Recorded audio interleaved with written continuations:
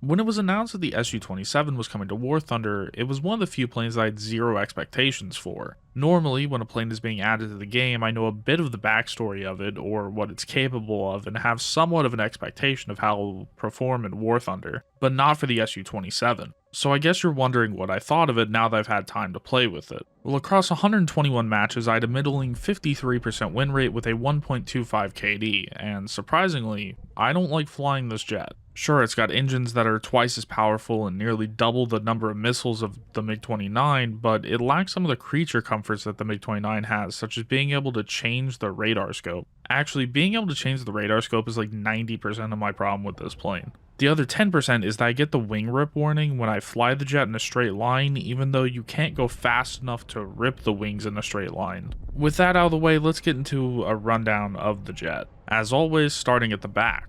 We have a pair of Saturn rockets powering this thing. Not really, but they are called the Saturn AL-31F, and they're the second most powerful engines at top tier, only being beaten out by the monstrosity of an engine that the Yak-141 is strapped to. These Saturn engines each produce a max thrust of 7,220 kilos, and when you turn on the afterburner, that jumps up to 11,660 kilos. When you combine them together, this is the most thrust of any jet in the game. It doesn't feel like it though. On the deck, the Su-27 tops out at Mach 1.25. It nearly achieves that 1-to-1 thrust to weight ratio that the F-15 should have. It only gets more disappointing when you go up higher. Even at 40,000 feet, this jet tops out at Mach 2.35, and that's only after using half the fuel tank just to reach Mach 2. So not only are these the second most powerful engines at top tier, they're also the second most disappointing. As for fuel, the flanker can carry up to 44 minutes of fuel, which is a good thing because you don't get access to any drop tanks here.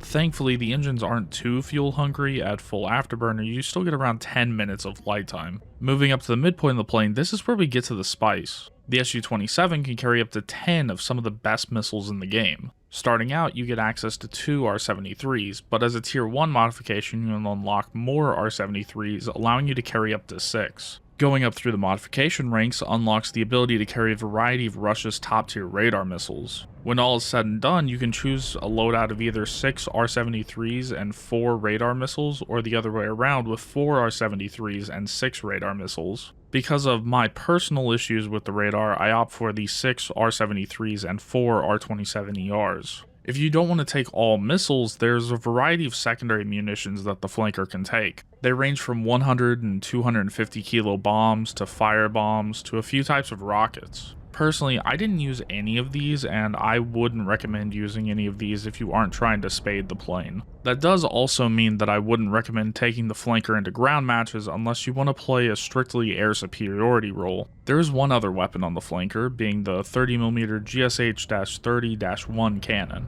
It's the same cannon found on all other top tier Russian jets, and just like the MiG, it carries 150 rounds. That's enough to take out a few targets if you fire in bursts, but 150 rounds is still only a few seconds of sustained fire. Moving up to the pilot, they get access to all the bombing computers that you would want, and they get helmet aiming, which just makes the R-73 that much deadlier. The radar warning receiver on the Su-27 isn't as sophisticated as those found on Western jets, but it'll yell at you when somebody fires a missile around you, which is good enough for me. Moving up to the radar, we have a new one that was specifically built for this jet called the N001. In function, it's pretty similar to the radars found on the MiG-29s, and it was designed that way. It has a track while scan mode, which is nice. I just wish that it let us change the scope of the search area so that I could pick out individual targets more precisely. Sadly, I don't think that we'll see a significantly improved radar until much later. Thankfully, that might not be too long. Even though there's almost 24 versions of the flanker that have been made, I think that we'll only see a handful of them in War Thunder.